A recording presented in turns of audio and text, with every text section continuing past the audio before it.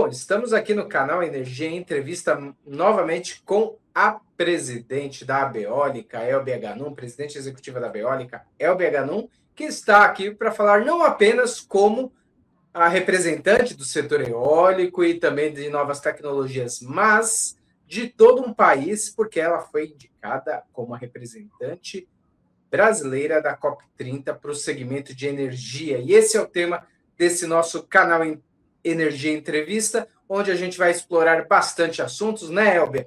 Que uma indicação muito positiva para o país, afinal de contas, você aí está na luta pelas renováveis há algum tempo, né?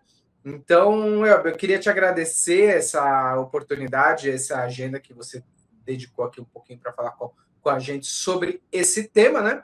Só para dar uma passadinha rapidinho, né? Esse evento, a COP30, né? Que acho que já ouvi em algum lugar que vai ser o evento mais importante do mundo. Isso no G7 ontem, né? Eu acho que foi o primeiro-ministro do Canadá comentou isso justamente para o Lula, que a COP30 mundialmente é o evento mais relevante em termos globais, né? Então, Elber, quero te agradecer, bom, novamente, e começar te perguntando, né?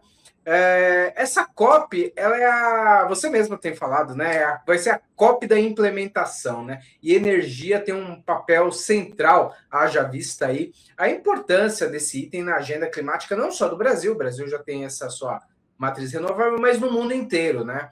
Então eu queria saber, né, como primeira pergunta, como é que vai ser esse trabalho que você vai desenvolver ali junto à COP? Obrigada, Maurício, pela oportunidade, pelo prazer de falar de um tema que eu tenho verdadeira paixão. Além das meninas eólicas, eu também tenho muita paixão pela discussão do clima, né, das mudanças climáticas e transição energética. Pela própria Abeeólica, eu venho trabalhando nesse tema há mais de 10 anos. A COP30 será a minha 11ª COP. Então, eu já acumulo uma experiência razoável nas discussões de transição energética. E nos últimos 5 anos, como vice-presidente do Conselho Global de Energia Eólica, eu tenho tido um espaço ainda maior nas COPs e nas discussões da inserção de energias renováveis em âmbito global. Nós temos uma ação muito importante que foi lançada em Glasgow, que é uma ação de aliança de renováveis.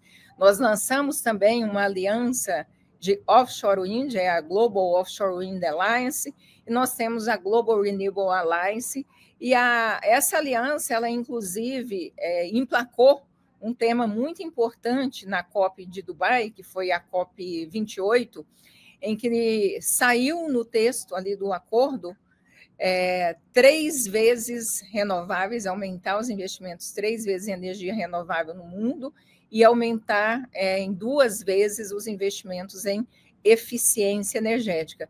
Muito resultado desse trabalho que não vem necessariamente dos negociadores, é um trabalho que vem do setor produtivo, o setor privado, o setor produtivo, que se junta, que discute e que leva as suas pautas e consegue emplacar essas pautas. Então, isso para mostrar o quanto o setor produtivo tem tido um papel importante nas COPs, e é esse papel mesmo de promover o debate, promover a discussão, propor, provocar, e isso se tornar texto, se tornar acordo, se tornar resolução, como tem acontecido nas últimas COPs. A gente vai ter a 30ª COP, e que bom que ela vai ser realizada no Brasil, né? A COP, 10 anos depois da COP de Paris, que foi uma COP emblemática para o mundo, o Acordo de Paris, ele trata dos principais temas associados ao clima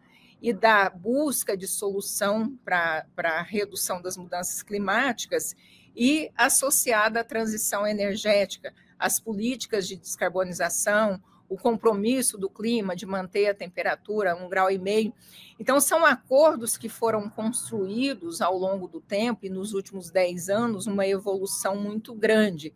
Evolução essa que chegou em Dubai além de colocar os investimentos fortes em energia renovável, como eu mencionei, ele traz um aspecto muito importante, porque é a primeira vez que aparece no texto a transição para longe dos combustíveis fósseis. Então, você realmente fazer uma transição na economia global para fazer o que nós chamamos de phase-out do petróleo.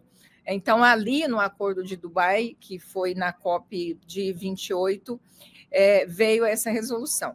E na COP de Baku, que foi a última COP que aconteceu, então, no Azerbaijão, foi a COP em que se discutiu muito o financiamento da transição, os investimentos.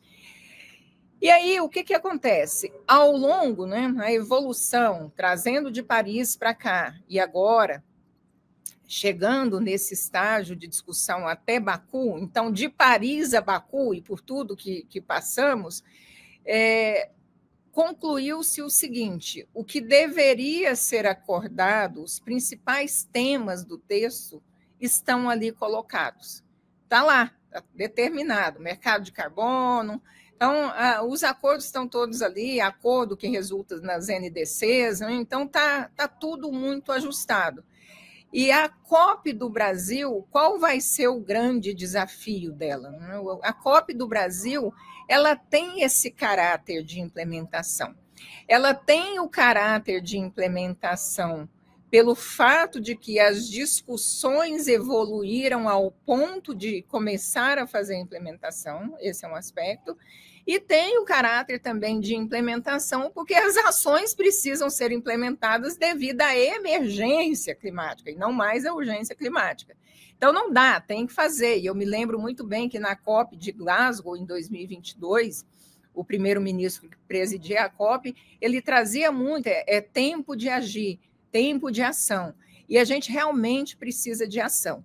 E o governo brasileiro sediando essa COP que vai ser em Belém, no Brasil, é muito simbólico. É simbólico pelo momento do país, pelo momento do Brasil, pela característica da economia brasileira, pelo momento da geopolítica.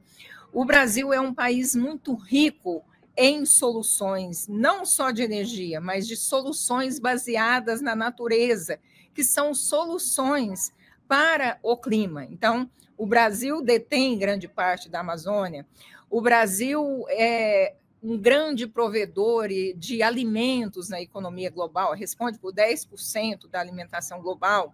O Brasil é um país muito rico em recursos renováveis para a produção de energia, é rico em minerais. Então, quando você olha um novo cenário econômico, pensando em economia global, economia buscando baixo carbono, o Brasil tem talvez os 3 fatores-chave, que é bioeconomia, energia e mineração.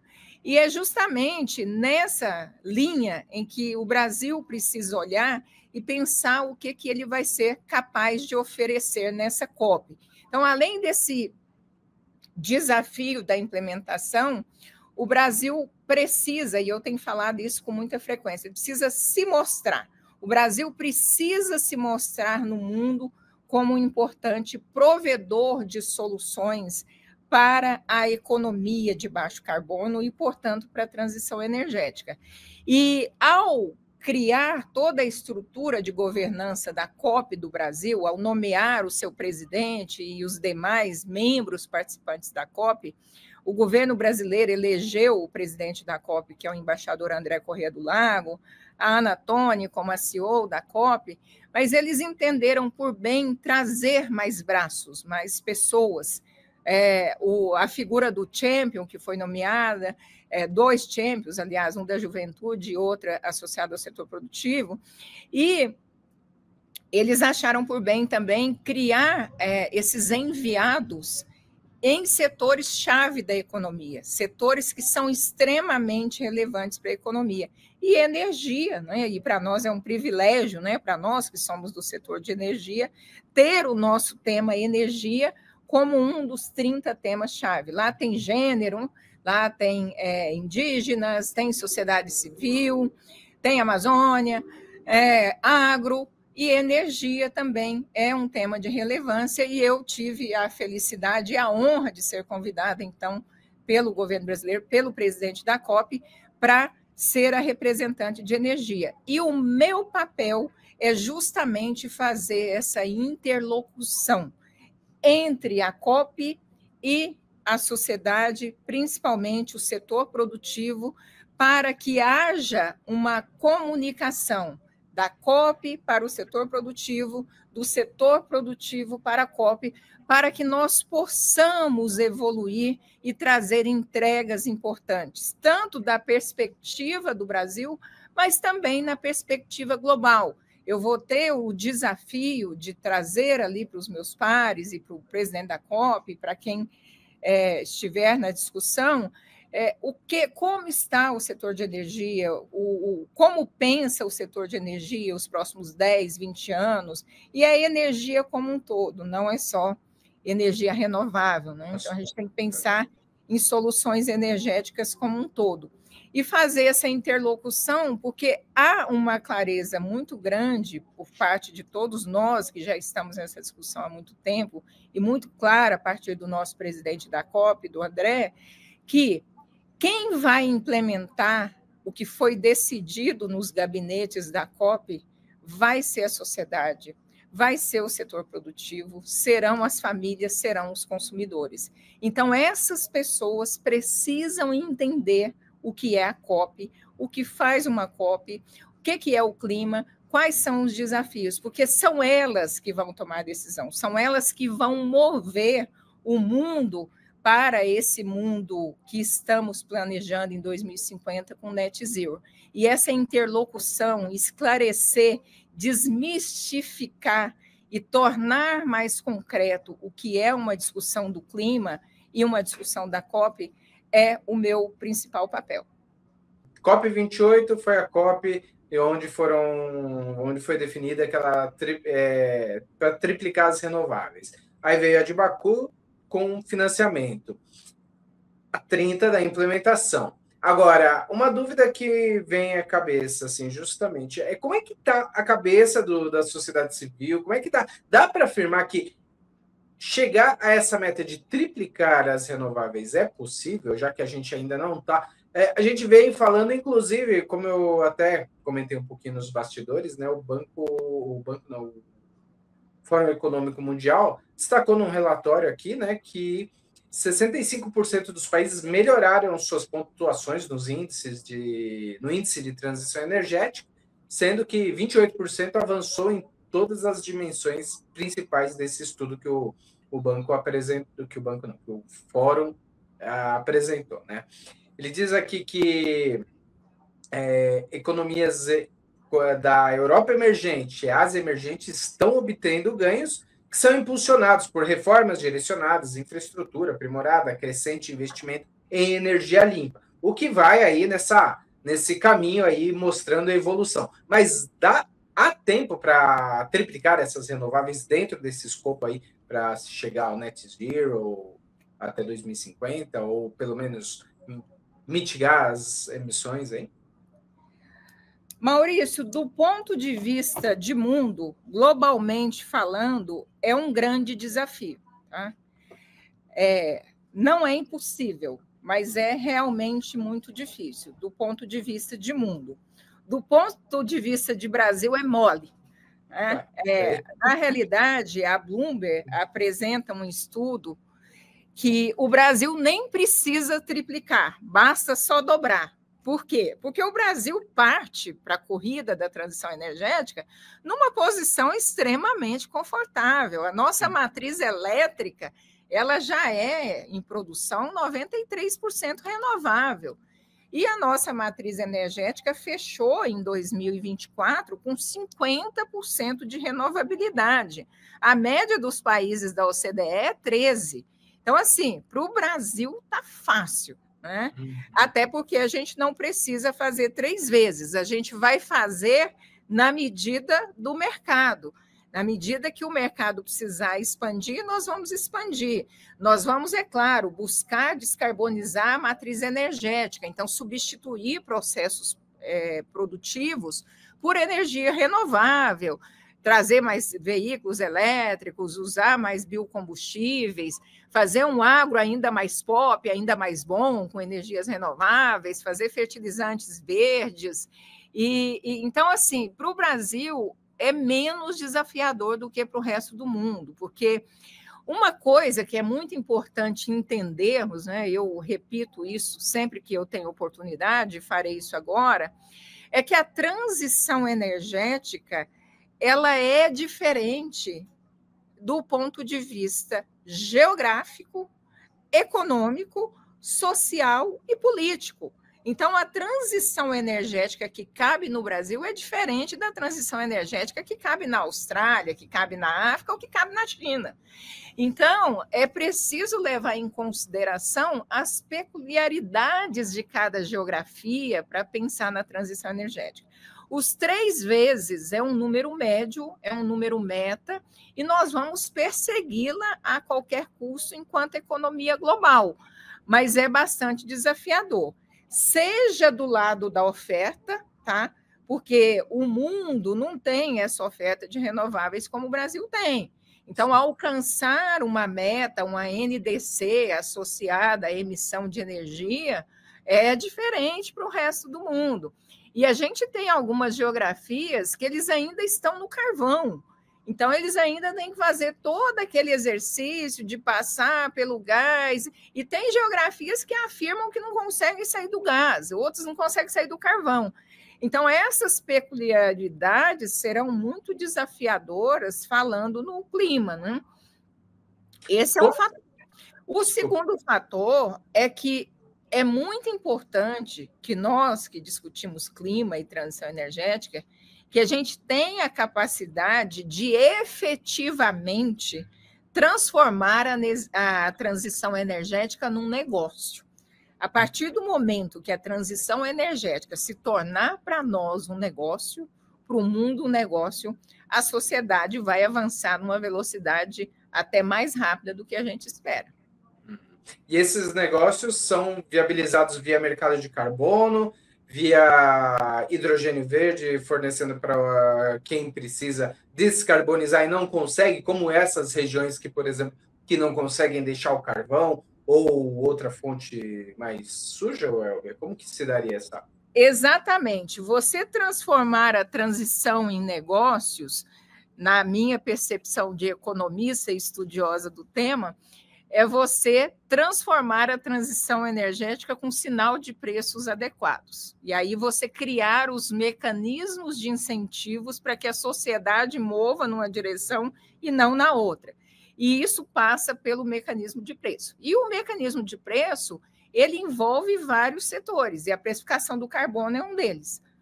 Você precificar o carbono, você também precificar, criar mecanismos de incentivos para que investimentos em renováveis aconteçam, e não só na transição energética, pensando também em outros negócios de descarbonização, de florestas, de trazer um mecanismo incentivo para manter a floresta de pé, ao invés de trazer incentivos só para a recuperação de floresta. Então, é uma equação econômica global que precisa ter um mecanismo adequado, e esse mecanismo é um sinal de preço que você vai trazer. E a precificação do carbono, eu sempre falo isso, né, é fundamental. Você trouxer, primeiro, já está claro, né, e eu tenho visto algumas discussões sobre o mercado de carbono, que o mercado voluntário de carbono ele chegou no seu limite. Se você não criar um compliance, uma accountability associada ao carbono, você não se movimenta a partir desse ponto. Então, você precisa criar o mercado regulado de carbono e trazer os mecanismos de incentivos adequados ali naquele mercado regulado para que você avance com a velocidade maior. O mercado de carbono, precificação de carbono é também um fator muito relevante. Legal. Bom, Elber, só voltando então, recapitulando a COP28, que teve a meta das renováveis, na 29 é o financiamento, e agora na COP30, que é a COP da implementação. Como fazer essa implementação? De que forma, além desses mecanismos aí que devem ser discutidos e colocados aí em compasso de avanço, digamos assim.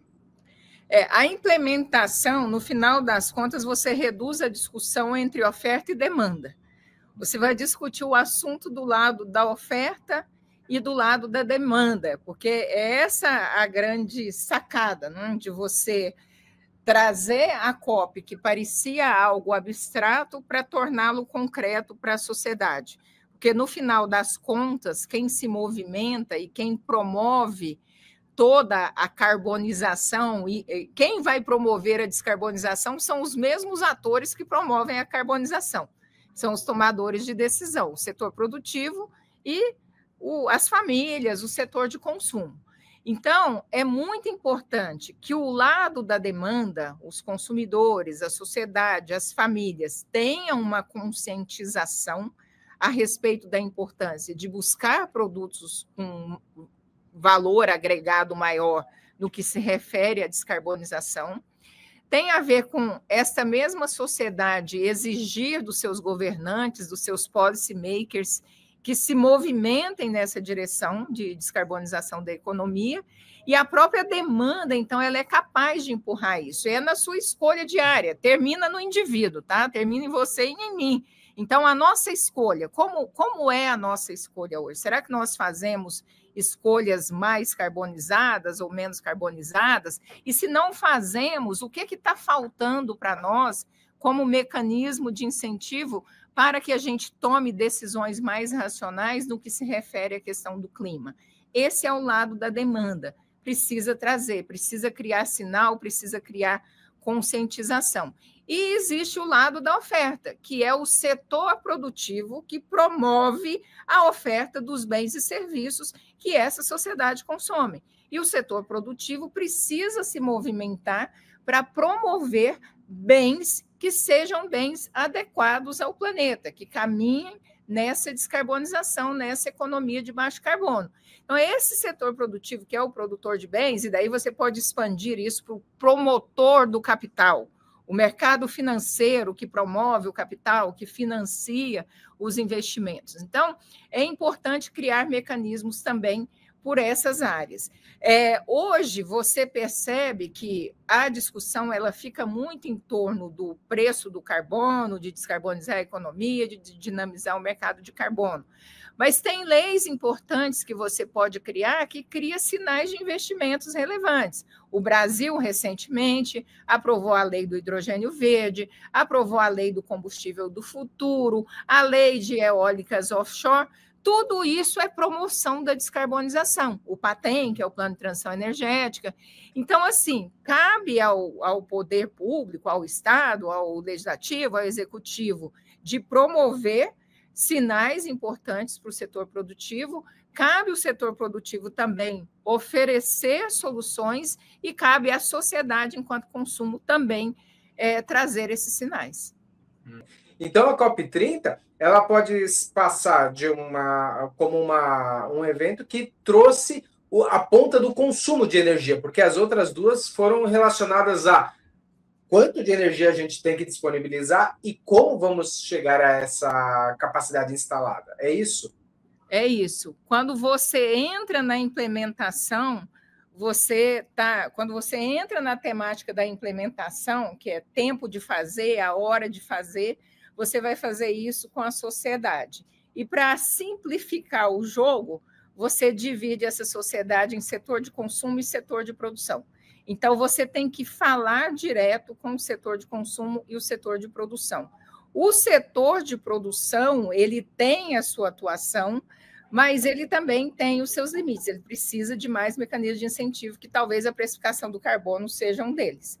Mas o setor de consumo, ele também tem a maneira de trabalhar, e uma sociedade que exija um pouco mais, que tenha uma consciência de que nós estamos numa situação, porque quando você fala em clima, mudanças climáticas, riscos climáticos, parecia um pouco abstrato para a sociedade. Aí, trazendo para o Brasil, hoje a gente sabe que grande parte da população brasileira, e a gente já viu pesquisas nisso, principalmente no evento do Rio Grande do Sul, em que hoje a sociedade está mais consciente a respeito do risco climático.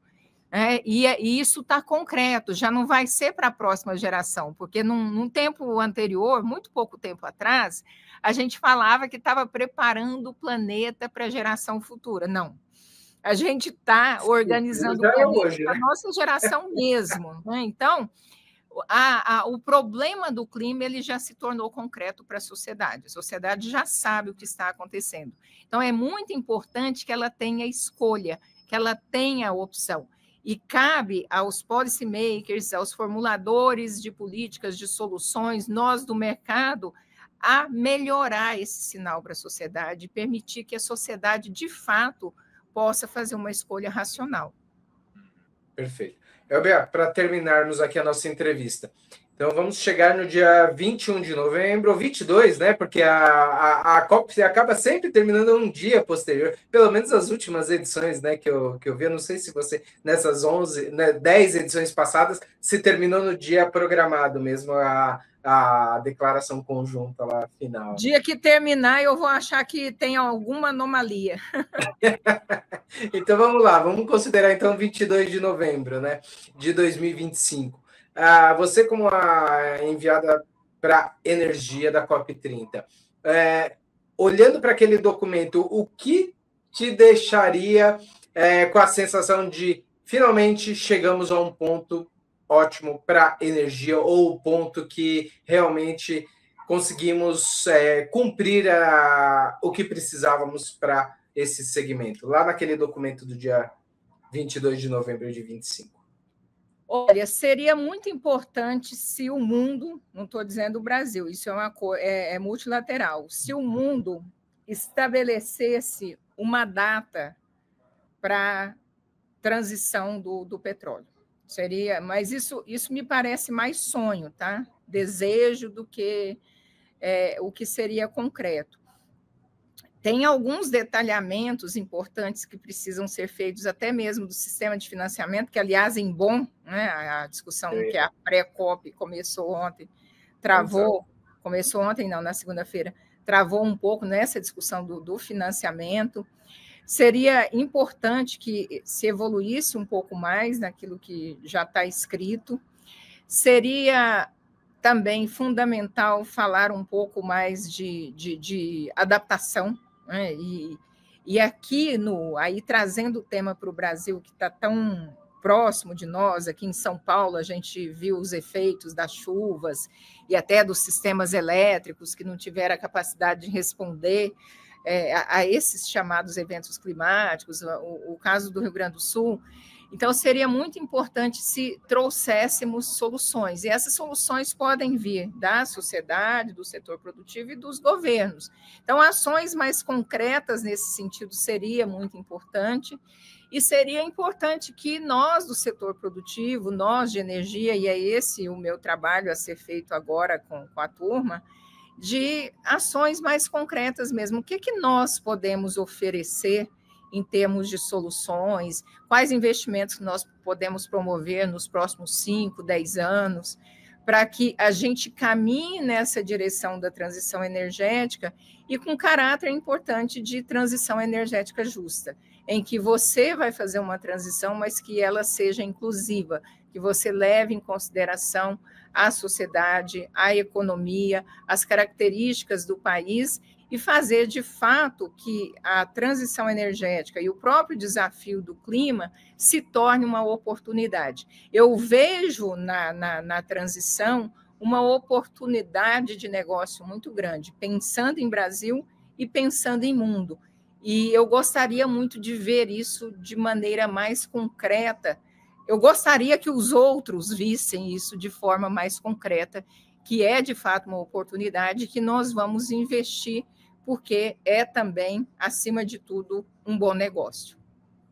Tá certo, então. Elbia, tomara, vamos ficar de olho nesse documento no final da COP, que venham todos esses itens aí. Uma boa parte, afinal de contas, a gente sabe que qualquer passo num fórum tão enorme quanto é a COP, né, são quase 200 países, né, ali que negociam ali. Então, cada passo, por menor que ele pareça, é resultado de um esforço enorme. Obrigado novamente, Elbia, enviada especial do Brasil para a COP30 no tema energia. Agradeço muito a sua disponibilidade aqui com a gente e até uma próxima.